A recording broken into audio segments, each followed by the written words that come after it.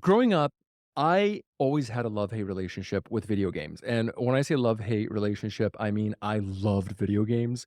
And I hated whenever it is that I couldn't play video games because my mom wouldn't let me play video games. But I always thought it was fascinating because video games have always played a pretty significant role, I feel like, in Asian cultures. If you take a look at countries like Korea, take a look at countries like Japan, China, we have a massive video game culture. And today we get a deep dive into where perhaps that video gaming could have an impact on our mental health, on our well-being, and why. Because today we're going to chat with Tom Kim, who is a counselor, a scholar, and a speaker dedicated to breaking mental health stigma in Asian American communities. But more importantly, he's an expert in behavioral addictions, which includes talking about things like video games and I believe sex and porn. And as well as racial identity and the traumas that many Asian Americans faced. So, first and foremost, welcome, Tom, to the show. Well, thanks for having me. This is exciting. I am so excited to hear more about all this stuff. Can we just jump in first and foremost to that first thing we're talking about, which is what is exactly is I know you said that you are an expert in behavior addictions, which is one of the biggest things you work with in your clients. What is behavioral addiction?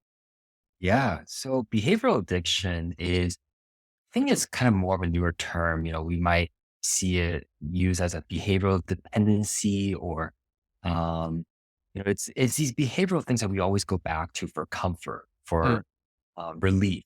mhm. And it could be anything from gambling to, sex addiction to, internet, gaming, social media, you name it. It's these Yeah, behaviors that we have built habitually to give us this relief from, a temporary release from our day to day stressors. It gives us that same level of dopamine that we might see in, that we would use a substance mm, essentially. So like it drugs. creates the same like neurological response essentially, like a Mhm. substance addiction. When we're saying substance addiction, usually I think of is alcohol and drugs, right? Right. So we all know that, like, we all have heard of the thing, like social media, blah blah. Social media is bad for you. We're addicted to social media. We're addicted to porn. We're addicted to video gaming, etc. At what point does it go from being a bad habit that we maybe use a little bit too much of into a full on addiction? Yeah.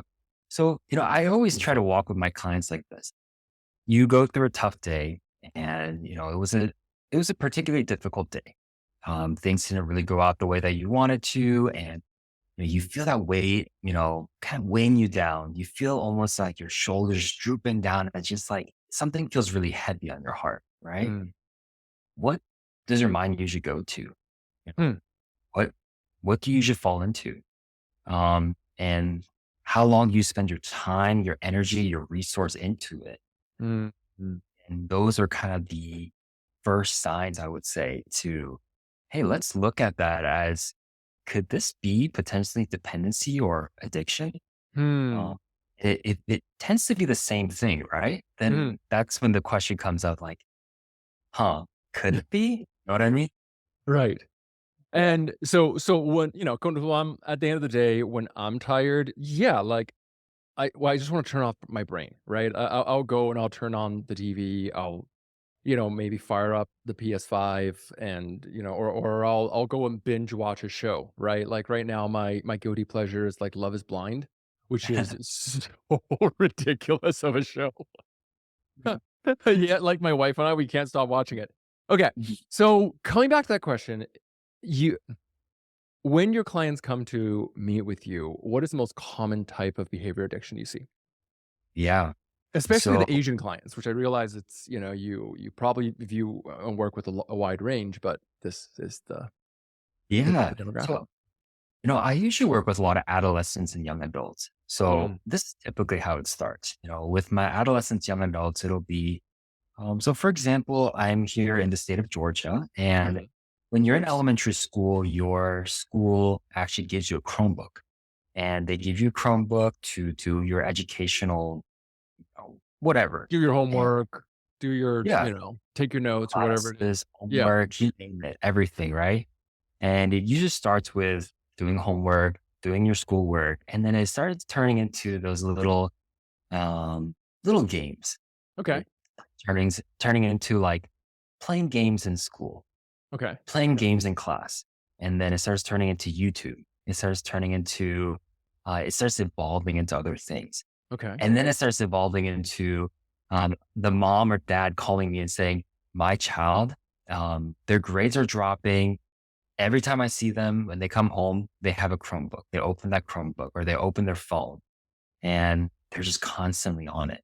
It's Hmm. almost like I'm talking to a wall, like in through one ear, out through the other.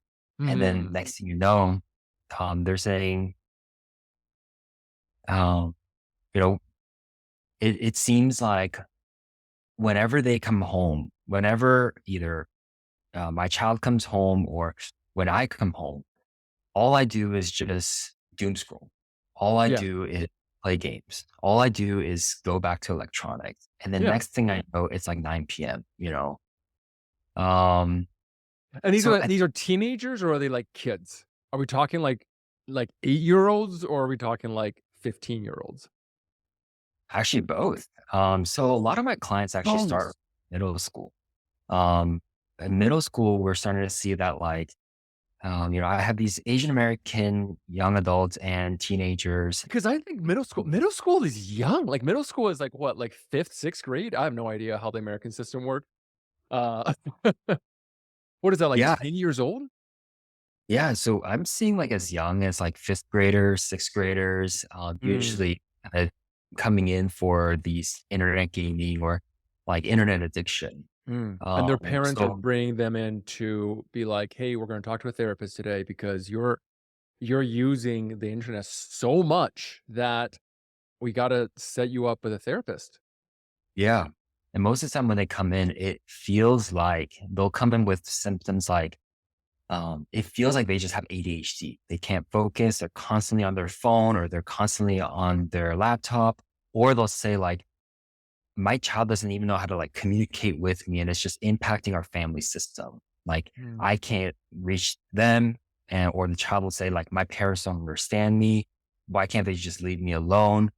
It doesn't hurt me or hurt them to play a game. And it's just like slowly tears apart this family system.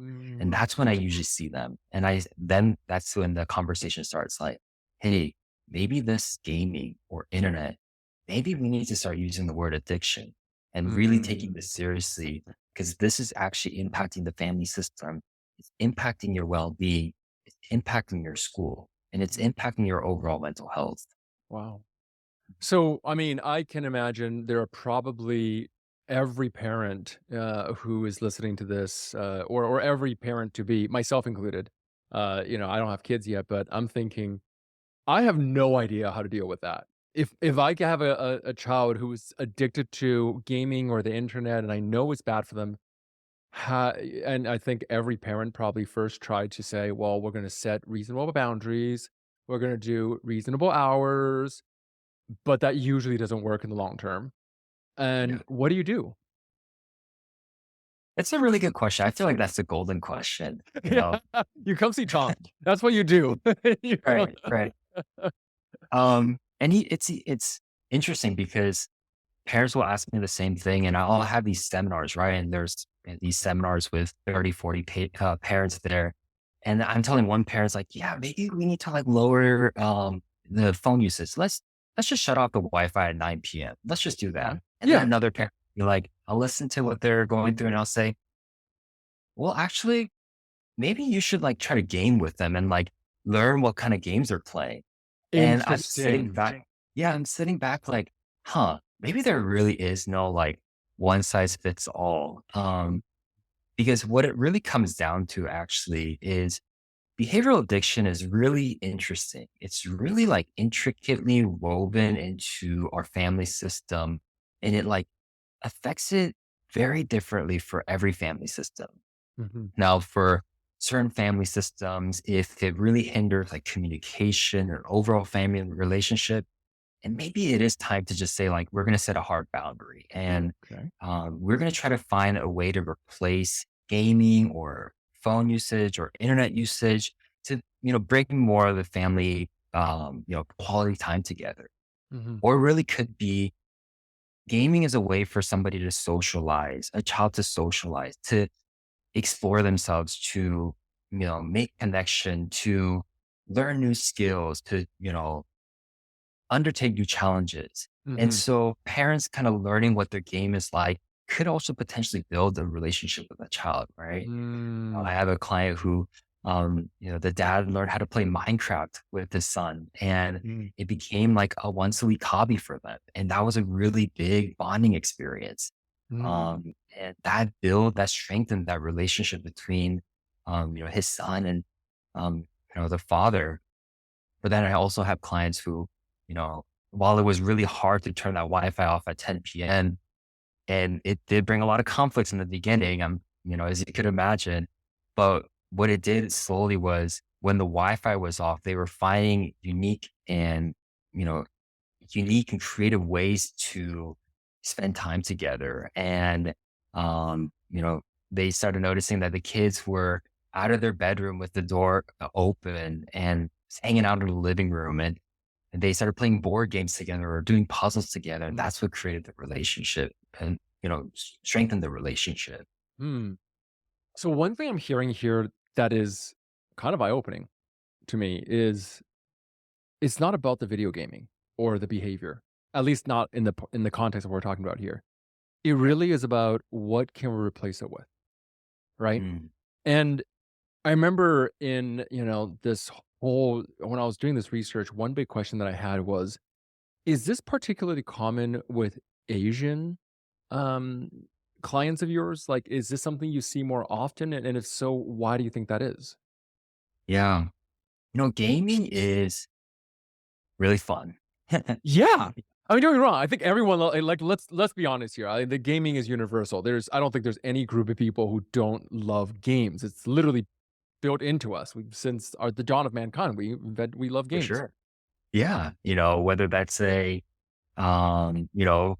triple kill on League of Legends or a headshot on Valorant, there's something about it that feels good. You see the lights, shining at you, you see the sound, and you have like your teammates cheering for you. And at Yeah. the end, if you win, it says, win. It reminds you that you're a winner, that you're capable to do things, that you have success in your life. So All what you're these saying is great, we should stop recording this and let's just go in game together, right? Like, yeah, yeah. I'll see you there. You know? Um, so gaming provides one autonomy. Mhm. When we think about like the developmental, you know, phases we go through, one of those things is autonomy, the identity, sense of independence, Mm. understanding who I am, feeling valued and heard and respected about who I am. Gaming provides a platform where you have that autonomy, where you can have more control over your environment. It gives you a sense of connection. So you have teammates, you have people that you work with, that you have connection with people who are like-minded or working towards the same goals as you, winning or a certain level or certain accomplishment or things like that. You Mm. also have a sense of community. You have people around you that you feel that connection. Mhm. You also feel that you're capable. If you win and you have that screen that says winner, right? Mm. A reminder that, hey, you're capable to do things. Like you Mm. are a winner. You are able to win. You are able to succeed. You are good. You are Mm. essentially getting an A plus, right? Wow. Yeah. Um, and it is so intricately woven into gaming in a way that one win isn't good enough, and you Right. just Yeah. going back for more. Um, but what I think for Asian Americans, why this is such an important conversation that we need to have is those things that I mentioned, feeling Mhm. capable, feeling accomplished, feeling like you are connected to people, feeling you have a community, all those different things, right? Oftentimes we don't feel that outside of the gaming world. And Mm. so when we don't feel that, all you have to do is turn on a computer that's been given to you by a school. All you have to do is open up your phone that you have in your pocket. Mhm. And with 2 clicks, you already have that community. You have that feeling of capability. You have that feeling of community and connection. Hmm. Um, Autonomy Right. is so right there. Right. It's easier to tell your phone and play a game to give you that message than go to your parents and go to your family and ask for that same message. That's tough. Oh my gosh. Yeah, just that sent shivers down my arms. Because you're right. It's not about the gaming, it's about what we get from the gaming. It's the what you said, it's a sense of control, autonomy. It's a sense of accomplishment. And if you grow up in an environment where you're not getting that validation from your parents or your school or your peers, here it is where, in a few clicks, you basically have all those needs met. You have, needs of Right. community, needs of self, needs of validation that you're good enough and it exists only here. And Right. that's where I think is so sad. Yeah, it Did you play is. video games when you were a kid? Or Yeah, now? um, I don't know if I'm allowed to admit this in a podcast. I did. I loved games. It was my escape. It was Mhm. my way of having community. Whenever there's a tough day at school, I did think about games. I did Yeah. think about RuneScape and Yeah. um, yeah, all those great games I used to play. I've heard so many good things about RuneScape. I will fully admit this. I have zero shame around this. Yeah. I wasn't allowed to play video games when I was in living at home with my parents all the way throughout high school, right? Like my parents had a really strict thing where they were like, you can have books, but television and video games are not allowed. Except for one exception. During one year, they got us I think it was a PS1. Uh, Okay. and my sister and I were shocked, right? Because my mom was anti gaming. And the only reason she got us a PS1 was because she wanted to get us Dance Dance Revolution because she thought that would be good exercise. And it's like, good, you could get exercise. And Yeah. by the way, I'm still terrible at that game. So I think that almost gave me like more desire to play it. And then I went through a few years when I was in college where I basically became addicted to it. Became addicted to at the time, the game that I was playing was called Dota, Defense of the Ancients. And it was this team game. And I remember it was me and a group of friends would meet at the local net cafe after school and we'd game for hours. And when I think about it looking back, I never realized this. I always thought it was just a game. But it really was about the fact that you felt like you truly belonged. And that Yeah. was a place where when you're part of a team and you're working together and you're like, like God, well, I almost said honing the other team, and I realized I'm sure nobody says that anymore. That's what you sound Bring so it lame. back. Yeah, we'll bring it back. Yeah. Like you're like playing and you're killing your other enemies, and there's a camaraderie that is built from that I always wanted when I was in high school, but I never really felt. I never felt this unconditional belonging and this expectation that like when you are able to work with somebody to get a goal, to get a shot or whatever it is, that win it goes so deep. Does. And I think we have this we have this natural thing of like, oh, video games are bad. Video games are bad. It like desensitizes us to violence and it like creates all this addiction. But Yeah. I think the core part is why are we not creating more systems and looking at the way our society is built, that sense of belonging could be found elsewhere. Yeah. Yeah. That It accomplishment. Mhm.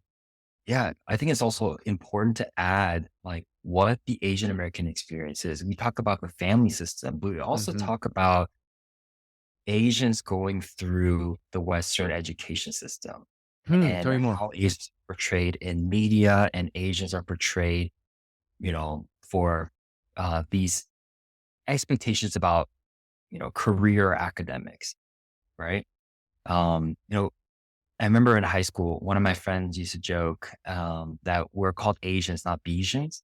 And and that Yeah. stuck out to me, you know? Yeah. Yeah. We're overachievers. We are. We are. Asian Um, fail, right? Anything less than yeah. an A is an Asian fail. But that pressure is so real, you know? So real. We feel like there is something called not good enough and good enough. Yeah. we have this idea of acceptable and not acceptable Mm, when it comes to these academic or career related expectations. mm. Do you feel like It's that's not still something that goes on? Sorry, I just want to check in. Is there something that you still feel like this is something still existing now? for sure, Mm, for sure. So I want to share with I worked at a school system that was about 65% Asian American, okay. here in Atlanta, Georgia. And it's ranked one of the top high schools here in Georgia. Mhm. We send a lot of students to, you know, those fancy university where people buy hoodies, even though they didn't go there. The hypisms, the Harvard, the Yales, Yeah, Princetons. yeah. And you always see them in the airport wearing their hoodies. And it's like, Oh, do you yeah. have anything else? What schools, you could probably think of all the lists of different schools that are there. But this school used to send all these students to different places. And um, the one day of the calendar year that I hated the most was Ivy Day. So this is a day in the calendar where all the Ivy Leagues release their acceptance or rejection. This is when they Oof. send it out.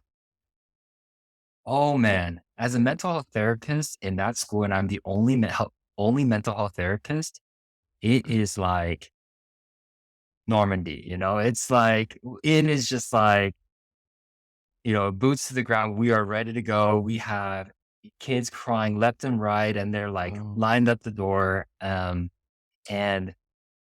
one rejection letter just set them off.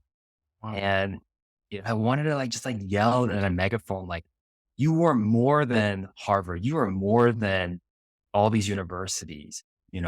Find value in yourself. Like, don't place your identity and these values on all these accomplishments. Like, Mm, they will fade. mhm.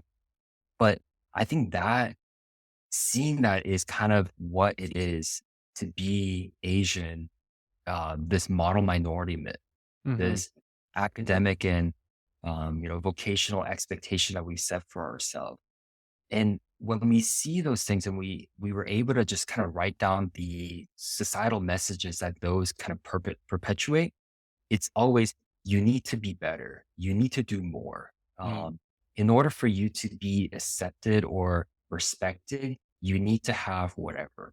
right. Now, gaming provides a relief to that. Yeah. Um, Now before we go into that, because I really wanna stay into this one experience here. yeah. When we talk about the model minority, this, myth, there's 2 parts of it I feel like that we don't always understand. One is first and foremost, the first time I heard a model minority, I was like, "Oh, that's not a bad thing. We're models, right?" Like, I will be a model. I wanna be a model. But what I didn't think about is exactly as it is when the stereotype of that all Asians are this quote unquote highly educated intellectual, they go to these top schools, et cetera, stereotypes. It means that anyone who does not fit into that specific mold of the smart, math capable, nerdy Asian kid who goes into Harvard and then comes out and becomes an engineer, anyone who doesn't fit there, you're therefore you don't exist. You don't deserve to exist. Like you failed being that, and therefore you have no other model.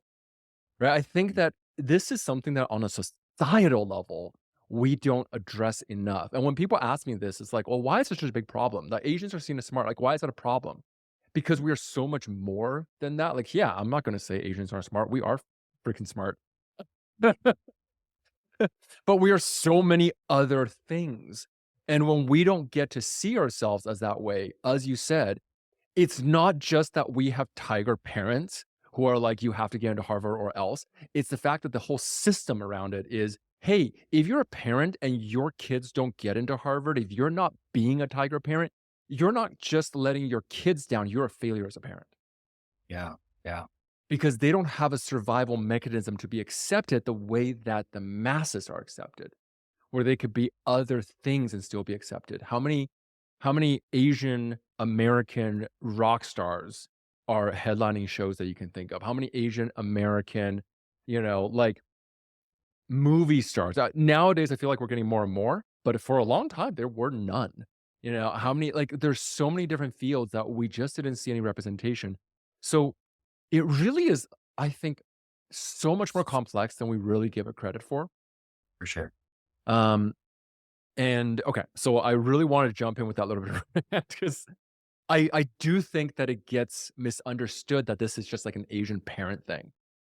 And I think that we need to address that. No, it's something that we're not allowed to exist. And by the way, I really want to come back to the story about, what it was like for you being a counselor or therapist at this school in that experience. Did you encounter any stories or any experiences with students that left a particularly strong mark for you? Yeah. Oh man, so many. And thinking of this one student, brilliant student.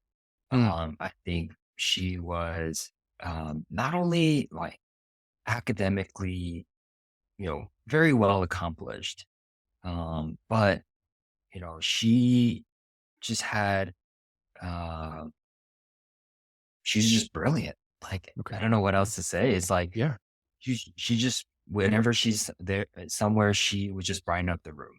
Mm, But I got to work with her, and she had a story that really tugs in my heart a lot. And it was always this like, even though I saw her as somebody who was brilliant, who was capable, who had so much potential, when I heard her and she would sit in my office and we would talk, it almost felt like every single system or every single force outside of that room was telling her she needed to do more, that mm, she wasn't good enough. okay. And I remember when she sat in my office and she got a rejection letter from a certain university. And not only was she kind of heartbroken, which, when you get a rejection letter, it's never fun, Yeah. it might be a different conversation if you're like celebrating a rejection, but she was really heartbroken. But the thing that she said that really stuck out to me was she said, um, I don't know.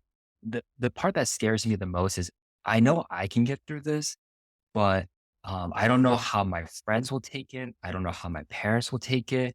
I don't know how what this will look like for the people that were really important in my life. And Mm, she started naming these people, and she started talking about like their perception and started worrying about them. And I had to kind of slow her down, and be like, "Whoa, that rejection letter was to you. Your name was on there, right? Dear, whatever." mhm, But you're thinking about the people around you. mhm. Talk to me about that. And she, re- as we're kind of going through this session, she realized that this aha moment for her was, wow, like, um, a lot of her, where she placed her value and her confidence in herself was contingent on what the other people around her was telling her she was and she is. Mm. And, um, ironically, actually, she was somebody that came to me because, her parents were not happy about her gaming. Uh, they would always mention to me, after the session, like, "We don't want her gaming. Gaming is not good for her. She has so much potential. Gaming is gonna ruin her future," and all these things. Mm. And, actually, she was one client that I said, "Go ahead and game today." Because it felt like all these systems around her was just telling her she's not a winner. Right. Like, it just kept saying loser all across the screen for her and saying, "You need to do better." And so gaming was that one place for her that she saw the words winner, win, accepted, respected, heard, you know, and that's heartbreak. That is so tough. That Yeah. is so tough. But I'm sure so relatable to so many people. Yeah. I mean, because when your entire identity is exactly as it is, like, you're not doing this for you. I did, university, consultations for a while for exactly the same demographic, right? So, like, students who are trying to get into those top Ivy League schools and those top schools, and the competition that the kids go through is insane. The degree like, they've lived their life for this. Like, I will look at them and I go, "I don't think Olympic athletes have to go through as much training and depth as you do." Like, they start training for this at 3 to 5 years old. I work with students who, whose parents have been planning, "How do I get my kid into this top school?" Yeah. Basically at birth, lining up for you have to get into this, pre-pre I don't know, preschool. Like, if you're not into this particular thing where, like, you're a baby, but you had, like, learning how to do music and colors in a certain way, then you won't get into this more advanced program. We better find you a tutor so that, they can ride a bike properly so you can demonstrate athletic capability and, oh, well, like, oh, you were going to a school that likes you to be athletic, so we gotta get you a hockey tutor, even though you hate hockey and none of us know anything about hockey, but, like, you had to show it. And every Right. step of their life is so planned, so they've never got a chance to even slow down, ask, "But what do I want?" Mhm. Right. And it's such a funny thing of how often I work with people and they'll come back to me and they'll be like, it's almost a question when I ask them, "So what do you want?" They're like, "Well, what do you mean, what do I want? What do you tell me what I want? What should I want?" Yeah. And I'm like, "I don't know." There is no which is what brings you joy? And they're like, "What does that mean?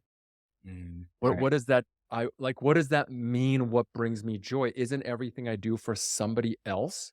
Isn't it for my parents? Isn't it for my teachers? Isn't it for everyone else around me except for me? Isn't that the value of my life to be Yeah. that for them?" Yeah. For sure. It's For sure. rough. Yeah. It reminds me of this one study that kind of looked at job dissatisfaction going in the US, right? Mhm. And it actually saw that Asian and Asian Americans were more likely to experience job dissatisfaction. And it's not job dissatisfaction in that like, I don't like my boss, I don't like the medical benefits it provides me, or it's not those type of dissatisfaction. It's that I chose a field that I just don't like, feel like I belong, doesn't Hmm. work with, and I actually, that's one of the big reasons I see a lot of young adults coming into my office and they'll say, I went to the top, tech university somewhere and I did all of these things and I went into computer science or I went into, med school or whatever. And Yeah. I hated it. Mhm. And I asked them, so what did you like? What were some Mhm. things that you really enjoyed? Let's say music, art, Mm. Yeah. uh, you know, they'll talk about different careers that like completely weren't aligned. And I say, so what happened? Why the switch? And they'll look at me like, It's you know? Yeah. And and I we do know. do know, don't we? Automatically, we know, "Ah, of course. Yeah. Yes." Yeah. And they're by the time they turn like somewhere between 28 and 30, right? And Mhm. they'll they said it's like this. It's a drive home from your work that feels like an hour long. Ooh. And it feels like even though the music's playing, it doesn't feel like it's playing. And it's this dead sound, dead energy that just is with you as you're driving home. And it's this like nagging realization that I don't even have control over my own life. I'm living a version of a life that's been fed to me that um is validated by other forces, but not by myself. Mm. Um, and so and And for why behavioral addiction kind of comes into this a little bit too is when we don't have those spaces, right? Um, Technology, internet, gambling, sex addiction, all those things are pretty accessible with just your fingertips. Mhm. You just access them, boom, boom, and then you're there. Yeah. So yeah, it makes sense. Mhm. Mhm. So, even stuff like sex addiction, going onto apps, going through those hookups, it's a form of control. This is the one area of life that is not dictated by anybody else but myself. Right. Right. Wow. Is Yeah. this something that your clients have also brought to you often? So when they come in, a lot of them don't realize kind of the pattern.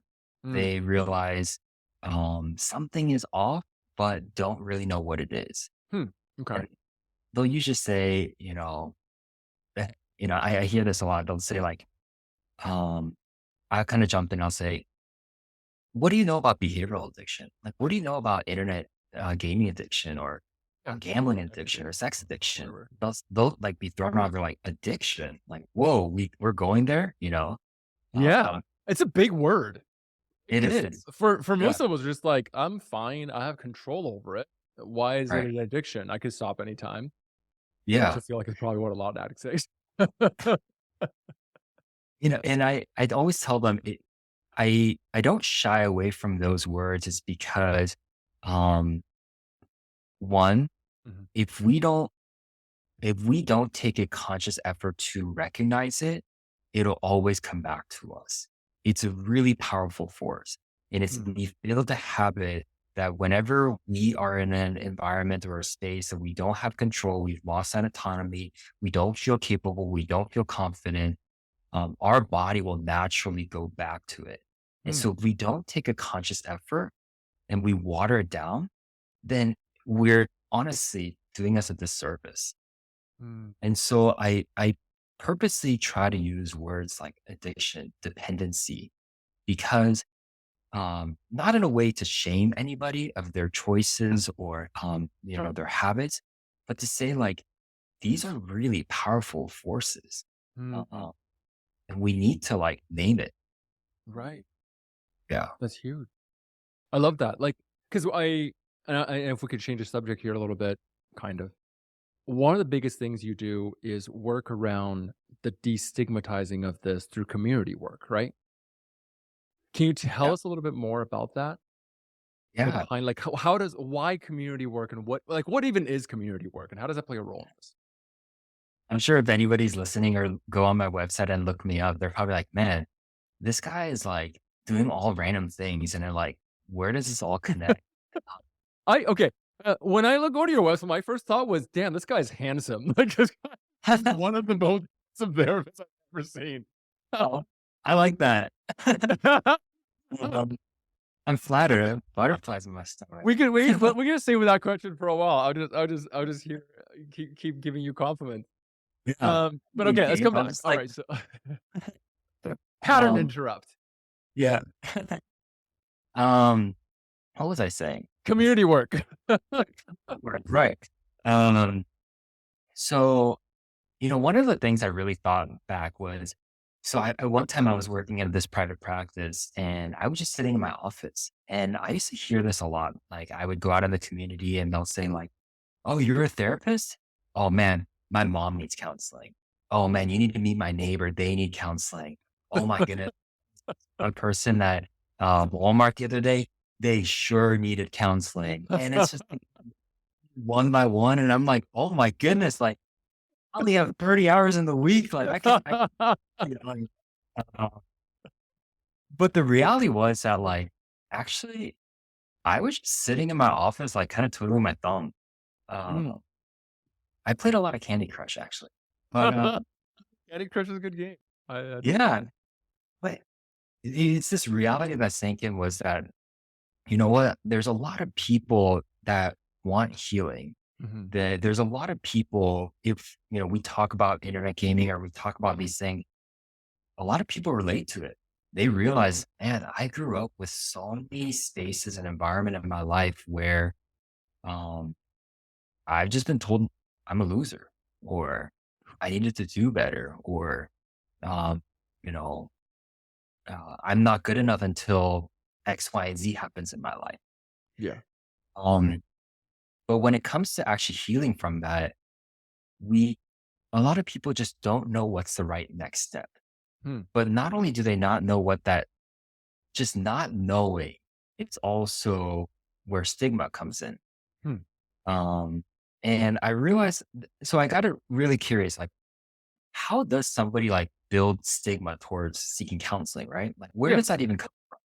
And I used to think that it was like just something more internal. Like, I just think it's not going to be helpful. It's more of like an internal, like, belief that they've made. And like, you can't really like blame it on anything else. It's just completely made up by yourself, you Right. know? Yeah. And so I used to have this kind of this attitude that like, if somebody was like, oh, I don't need counseling, like, oh, I don't need therapy, I don't need help. It's like, oh, they did that. Like they came up with those beliefs. But Uh, actually I was so wrong.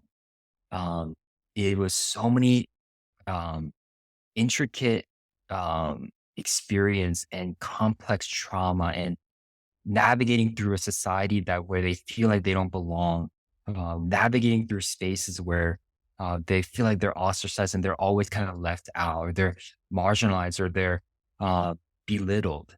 All those different things had to be internalized and just wounds after wounds of that hmm, created the stigma, hmm, created this negative attitude towards um, mhm, saying, I need help. Can you help mhm. me? Right. We shame people. We Yeah. shame ourselves Mhm. for wanting to ask for that. Yeah. So my dissertation actually looks at some of those factors. So it looks at the model minority myth. It Mhm, looks at the influence of acculturation because we mm. see that acculturation isn't only for first generation immigrant, but it actually happens up to three generations of immigrants. Okay, sorry, can It you looks just at explain that a little bit more? Like, what is acculturation and what does that mean it influences up to 3, generations? yeah. So acculturation is kind of the process of adjusting to a new cultural environment. Oh, got it, Uh, right. and so acculturation, not only are you learning like survival skills in that new cultural environment, but you're also shifting in your cultural identity. You're learning about your racial identity. So Right. for Asian and Asian Americans here, you Mhm, have the shift from understanding your Asian identity, but understanding your American identity too. And mhm, what does it mean to be in this hyphenated space of Asian American? mhm. And Speaking space. um, this acculturation is this like complex process that we all go through, and it happens up to 3 degrees of immigration, like immigrants. So, Mhm. and it's like debunking this idea that it's only for first generation immigrants. Oh, yeah, for sure. Yeah, I think I read that particular study, and I think they study that while certain things like music and food gets picked up by the second generation, those yeah, deep cultural values linger so many more generations longer. I think mm, I remember learning about one particular study that found that I think it was Japanese diaspora or like, diaspora or Japanese Americans found that they actually had more conservative cultural values at their 4th or 5th generation than mm, the ones who are currently in Japan. I can't remember if it's Japan or China. There's a study, don't quote me on this, but the idea behind it was because they were still carrying the values that were from that early generation who had immigrated out. Whereas the newer generations who are in Asia right now are actually more progressive. They're much mm, more, ironically, in some ways, more westernized, more individuated. yeah, So it's fascinating how those deeper core values gets passed down, even if we adopt a new fashion or food tastes or music tastes. for sure, for sure.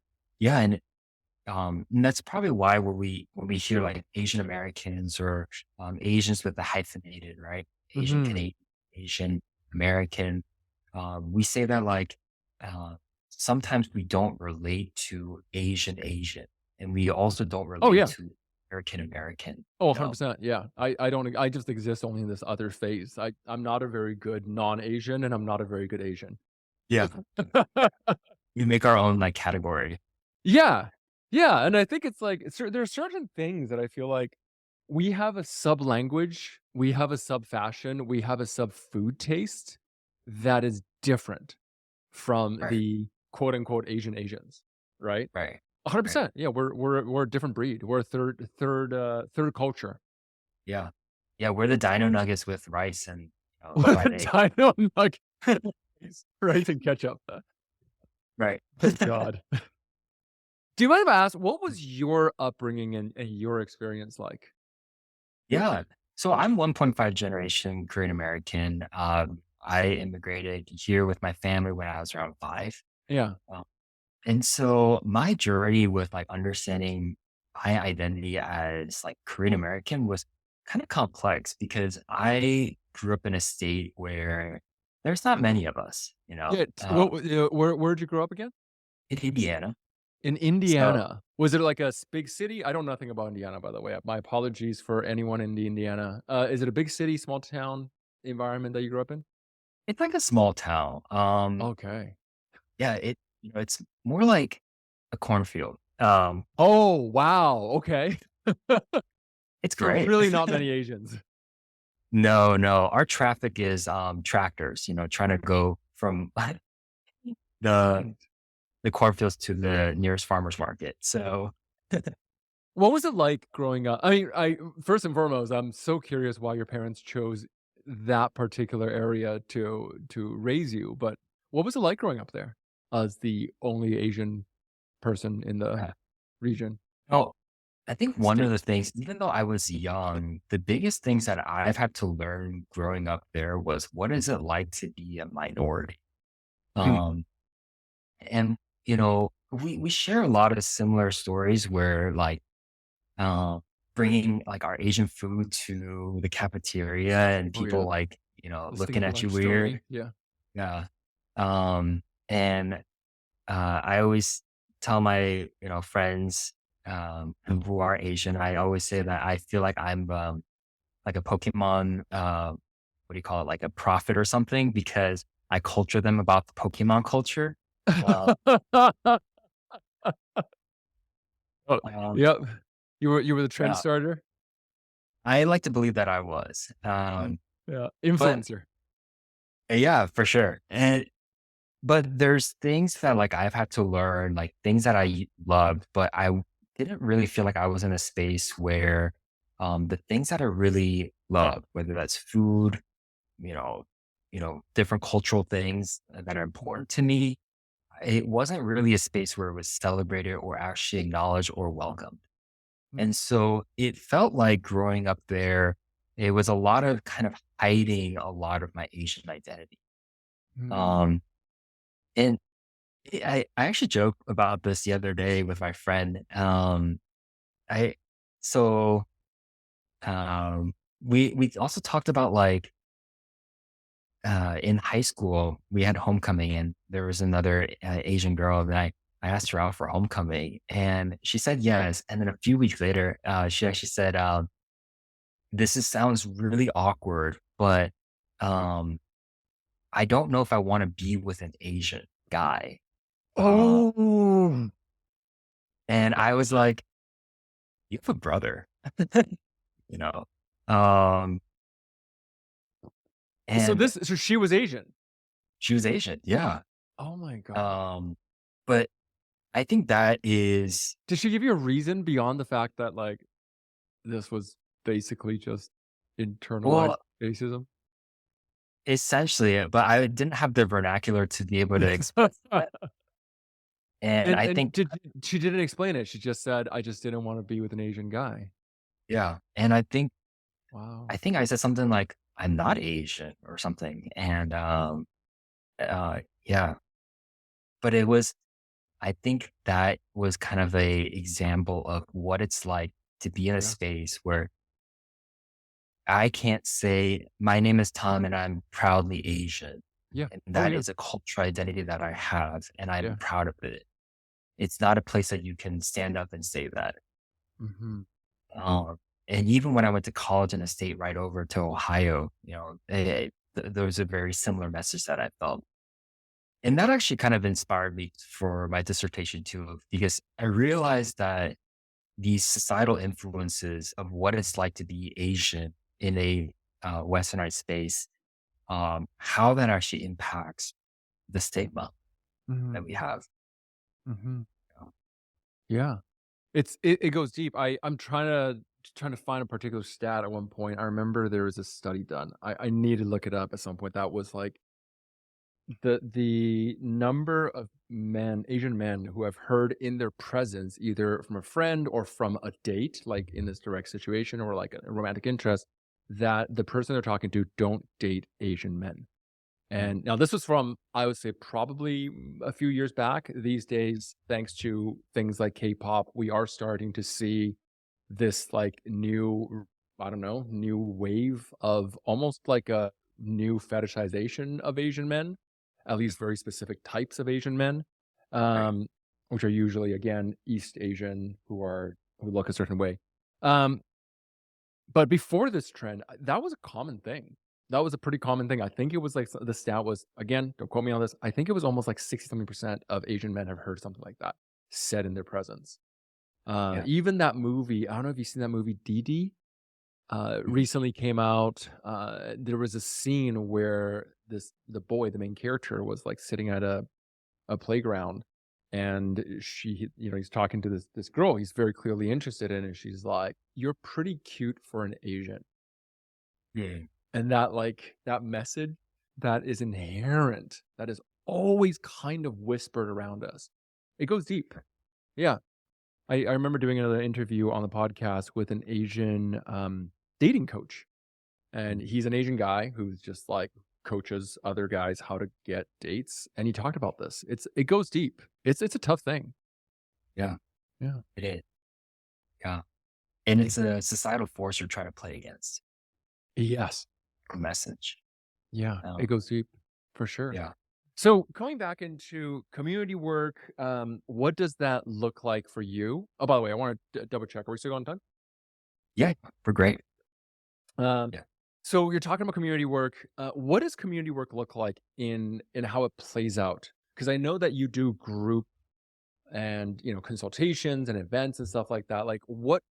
I'm just trying to put that two world together. Like what does going to an event like this look like? If somebody wanted to sign up with a group thing with you. Yeah. So, I thought through like why if there's all these people who are telling me they want counseling or they need counseling, like what really is going on? And I used to kind of think that like therapy is the only place to get this, sort of healing. Mhm. And I do think therapy has a very special place that, really gatekeeps and really, you know, highlights a certain version of healing that we can bring out for ourselves. But Mm, I thought through like, what did our ancestors do to heal? I thought through the Korean War. I thought through all these different, really yeah. difficult times. A lot of Yeah, Asian. they didn't have access to therapists back then, did they? Right, right. No, there wasn't any fancy office with like couches, and like, Yeah. um, and then there's With, like a like, salad signs that machine. says, like, "Joy." Like, Yeah, right, right, "You are enough." right, right, right. My grandpa had to come home from the fields and deal with Yeah, war on the horizon and yeah. famine. You like walk into like essential oils everywhere. Yeah. Deep breath, connect with your body, find your Right. center. Yeah, I was like, so they didn't have those back then. What did they do? Right. And I thought through my parents. I thought through about different uh ways that I've healed as well. Mm. And the word that really came to mind was like my ecosystem. Yeah. Um, the ecosystem that I was embedded in really helped me to be the person I am today. Mm.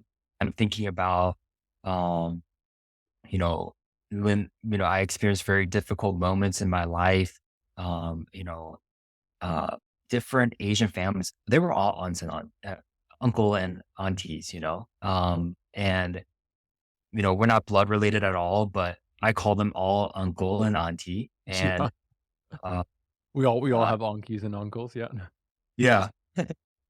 And I remember this one, auntie that I had that, she had a sushi restaurant, and after school when, I didn't have a ride to go, back home or things like that, she would, help me. I would walk to her sushi restaurant and she would give me food. Mm. Uh, she let me do homework in the kitchen. And, Mm. um, it did cost me a little bit. Like I had to take phone calls and, do some dishes, but, She put you to work. I won't tell the U.S. Department of Labor that, That is um, also such an Asian experience, though. it's not- When you go to like, the auntie, uncle's house and, like, just be like, there's an expectation that, like, yeah, you put in the yeah, work, yeah. right, yeah, You pick up your own dishes, like, "What are you doing? Go wash your own dishes. What are you, like" right, Don't leave it on the yeah. table. Don't leave it in the sink. Um, Uh, but those experience, those community, those mm, times where they open the doors, yeah. those times where they said, "Did you eat?"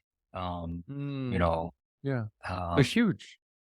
yeah, I realized those are the moments that healed a lot of those wounds that I had in my life.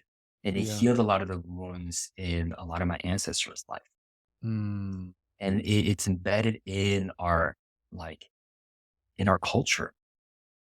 And I realized that like healing is more than just an individual journey. It really is like healing should be like almost a communal responsibility. Mm. We are all living in a system where everybody's in their own journey of healing, and Mm. we're all just kind of crossing paths here. Right. And the opportunity we have with people is an opportunity for us to show love and support. It's an opportunity for them to experience an element of healing that Mhm. in their individual journey they weren't able to have. Yeah. And I realized actually that is very therapeutic. Mm. So, I named my business Oikos Counseling and Consultation. We won't talk about who has another name Oikos. But for fans of yogurt, Yeah, if you like yogurt, um, this is not but the same thing. it's different, Yeah. very different. Oikos, so there's a word that I really like in counseling. It's called the ecological model, and the Hmm. ecological model in Greek is oikonomia. Hmm. And oikos is a Greek root word, and it means like household, community, or home. And that's what I wanted to provide was more than just providing counseling. It's what can we do to bring people together that in their own journeys of healing, that we are offering various different ways and we're creating spaces for people to experience different type of healing Hmm. just by interacting with one another. Mhm. So we provide education. We provide education to companies and organizations to be able to understand what this communal work looks like and to model it so that Mm. their workspace or their culture can embody collective healing Mm. and destigmatizing mental health, which is a very essential part of collective healing for especially for Asian Americans. Huge. And but we also do other fun things. Like we partner with community partners here in Atlanta, Georgia, where if there's any organization or businesses, restaurants that are have a passion for collective healing or bring community together, Mhm. we partnered with them and did fun events. So, for example, in 2 weeks, we're doing a cocktail tasting with a Oh, Asian wow. American distillery that makes soju, Oh. and so they're going to make um, Asian American inspired cocktail and food pairing. Mm. And we're doing like mental health table talk. We're just bringing it together. They're going to taste food and drinks, and we're just going to talk about stigma and mental health and just check in with one another. And that That sounds is, fun. I wanna go to this. I wanna drink cocktails and talk about mental health and also gaming. This sounds like a blast. yeah, And, it's so true, like, we have such a westernized model of looking at mental health these days, where it's like there is this one thing of you go to a room where a therapist sits, with a psychologist who has a degree, sits in a chair and asks you questions about your childhood, and you sit there and you kinda feel a little bit like you're being examined like a bug under a microscope. But you're yeah, right. Culturally speaking, it's not like we don't have us Asian so many Asian of us, like Asian of us so many of us who are Asian, we've had a history of mental health healing. It just didn't look the same way. It was in a right, community, it happened in those spaces. Oftentimes, when I take a look at monasteries, a lot of things that I see people doing there, even things like meditation, or just talking things out or community tea time. Like tea is a therapy practice. I recently realized this, like tea and drinking tea and tea ceremonies are right, deeply healing practice because you're being so intentional and you're processing experiences. And oftentimes this is where we talk about our lives and our struggles. right. Yeah, for sure, for sure. Mm. And So much that's, better. And now we can do it with soju cocktails. yeah. Um, If you are in Georgia, Atlanta, Georgia. yeah. We hope to do more events like this. And actually, what I'm really passionate about is actually shake up the mental health field. Hmm. Uh, to say that, like, we don't really need to follow this model of a business that says that, like, um, we're going to do individual counseling and only individual counseling and kind of sit in our office and somehow do these marketing and everything. And then our main source of what our sustainability for this business is individual counseling, Mm. um, which, you know, no dig to them at all. What I really wanted to prove with this was, you know what? Healing can happen outside of a therapy room, and it's happened outside of a therapy room for generations. Mm. Um, Even though Asian Americans are the lowest in accessing and utilizing mental health services, healing has happened in different community spaces. Now it's just time for us to join them and Mm. join community spaces where that has been happening. And, um, you know, that's essentially what we want to do. Um, and almost it shakes us the mental health field a little bit to say that, like, you know what? More than therapists waiting in their office is therapist needs to go out. Um, Oh, I like that. Yeah. Yep. so, Sorry to cut you off. I just got really excited about the idea for sure. yeah, Yeah, therapists need to go out for sure. yeah, There's an audience there that is in need of this type of medicine. I for agree sure. there. So I love the thing you said about how we think a therapist, shouldn't keep staying in the room waiting for people, but rather should leave the room to go out. Can you dive a little bit deeper on that? Sure. So, there's a psychologist that I really like. His name is Alfred Adler. Oh, For love Adler. Yep. nerd lessons here. Get talk nerdy to me. All right. Well, there's this four C's that I always love to kind of talk with my clients about. The four C's are connect, capable, count, and courage. Okay. And Adler kind of talks about these four C's are the crucial things that human want. It's what drives behaviors. It's what it's a this inner craving that we have. And I honestly, when I read this four C, I was like, yes, this is what most Asian American and Asian, when I see them, this is what relates. The four C's are connect. So we desire to feel sense of connection to ourselves and to others. Mhm. This inner really connection that really can't be broken, isn't that's embedded in trust, embedded in uh, you know dependence and connection.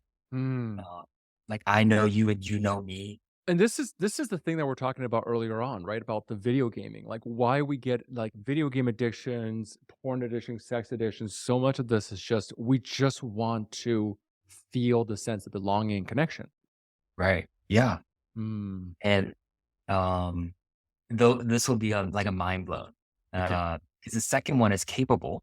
Okay. We want to feel like we are capable to do things, capable Oh to yeah. take new challenges, capable to accomplish, capable to do um quote unquote little tasks, capable to do things, Yeah. accomplish.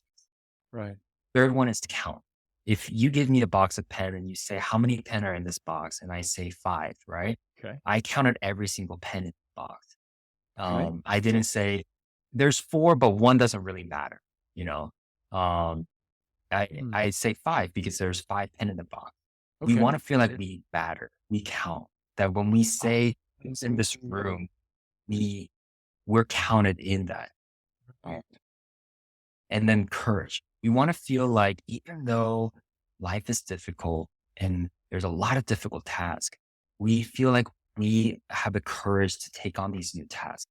Mm-hmm. A courage also kind of comes with a little bit of confidence too. Mm. Courage to fail, courage to make mistakes, courage to try. But we want to feel uh, this sense of like maybe I can do it. I just want to give it a try. And the feeling of confidence that comes after, you know. So that's the four C's that Adler talks about. That Right. this is the things that people um, want, that Mhm. people have, Mhm. and drive kind of human behaviors. Mhm. So when you think about it in that way, connect, capable, count, courage, Mhm. um, it starts to make sense a little bit more of why us as Asian, why we do the things that we do to Hmm. find four things. What do you mean? Why we start, um, distancing ourselves, why we close that bedroom door from our family, Mm. why we put our headphones in, and log into our games, um, why we click certain links, or why we, go back to that same habit, even though we've been told multiple times that's not going to help you with your career or whatever, Mm. Um, why, even though we play a game and it says you lose, why we queue up for the next one, you know? Right. Um, and all these different things. Yeah. And when I came to realize that, I was like, you know what? Well, the way that we can feel that sense of connection, capability, that we feel like we matter, we count, that we feel like we have this confidence or courage, the way that our ancestors have done it is just by saying, well, however you are, come over. Hmm. Did you eat? Right. Let's just share a meal. Yeah. Uh, Let me pour you a drink. Yeah. And that's what the beauty of like community work, I think, really is. That's Mm. where healing begins. I love that. Whew. I felt that one. Thank you so much for sharing that. And you're right. Those are the 4 things. I'm just gonna refresh it. So it's community, as in connection. We wanna feel a sense of connection. We wanna feel like we're capable, that we could do something. We are feeling a sense of matter. We count. What was the 4th one again? Count Count was the 4th for one? courage. Courage. Right. Those are the 4 things that really video games, porn, all those things, well, maybe not porn. Um, that's beautiful. Thank you again so much for sharing that. If people were interested in finding out more about your work or, going to one of these events, where can they find out? Yeah. Follow us on Instagram. We're Oikos CNC. CNC just stands for counseling and consultation. Nice. If How you're do you ever in spell LA, Oikos? Can you Oikos is spell out spelled this? Huh? Oikos. Yeah. You might have seen it spelled somewhere in the Costco aisle. No, we're gonna skip past that part or we're gonna get sued. So, um, check out OIKOSCNC on Instagram. Thanks. And you can, we have our website. If you're ever in Atlanta, we try to host a lot of community events. You're part of an organization or you have a business that really do care about collective healing. Mm. Feel free to reach out to us because what we want to do is that we really see that when we come together, we do make healing happen. And Mm. we recognize we can't do this on our own. Uh, Community isn't just about us, it's really about us all together. So, um, yeah, would love to connect. Beautiful. Thank you again so much for your time and for coming on the show today, Tom. You've been an absolute rock star. People, go check out Tom's work, and maybe drop by and have a soju cocktail and learn more about Yeah. mental health. All right, well done. We're good. Yay, we Awesome. finished. That was great. Really, I love what you shared there near the end, about the 4 Cs. I didn't realize that. I'm a fan of Adler's work, actually. I feel like Adlerian psychology is just one of those, like, super magical things, but I did Yeah. I don't remember that. I remember reading book not that Oh, yeah. yeah, that's huge. Yeah. That did really connect to me. When you really think about what video game design is, huge. Yeah. Thank you so much. I don't know when this episode is gonna come out yet. I'm either gonna do it super early, like by this Friday. I'm gonna see if my team can like get this out, or we'll push it back a Okay. little bit closer towards the. Actually, I might try to get it out because I really like it. Yeah, I'm just taking a look. Recording tomorrow? No. Yeah, and then yeah, we'll put it up towards this Friday. Let's see. Let me know if there's anything you want me to put onto the notes or anything. like in Yeah. the show notes, links, stuff like that, or I'll just have our team on the website and post that. But if there's Okay. anything like bios or anything, we don't have photos. We just do clips that we take from this. Yeah. Okay. Sure. Yeah. Oh, and we'll share with your Instagram so you could do a collab. So you just got Okay. collab, and that way it will automatically share. You don't have to reshare it; it will automatically share to your audience and onto your Okay. profile. So fun with Awesome. clips. Awesome. How do Yeah. you feel? Great. Well, thank you so much. I even forgot that we were recording. It was just like, I just Great. love, yeah. That's the best part. Well, we could just dive deep. I actually really love chatting about this, and that's why um, I just feel like really the magic is just when we go off script and just chat about Mm, whatever is on our minds. I really like what you shared there. The part you talked about, I didn't even realize you worked with students, but the part that you shared and the two experiences you're saying that drive home where you're just like you have the music and you don't even feel like you're there present for it because yeah. you don't feel like you have control. Like that one really hit home. Yeah. I'm Yeah. sure that will hit up for a lot of people as well. Yeah. Yeah. I hope so. I really, admire the work that you do for our community. Um, yeah, I'm hoping that I want to be like you when I grow up. So, What? Oh, you're gonna make me blush. I so appreciate I mean, right back at you. I so appreciate the work that you do, seriously. What I mean by that is that there's so many people, I think, who need to hear the stuff, like this message, yeah, and, we're just coming at it from different ways, so really love for it. sure. Yeah, awesome. Alright, Tom, I'll let you know, I'll ping you or somebody on my team will ping you about the episode, and, stay in touch. We'll just be friends from now on. Just message me whenever if you have anything you wanna just chat about, like, seriously, like Yeah, Dr. Stacy and I, like, are, like, weirdly bestie energy right now. It's strange, yeah. we comment on each other's all the time. Oh yeah, Like, I we're love always messaging each other, like, DMing each other. It's just such a fun that.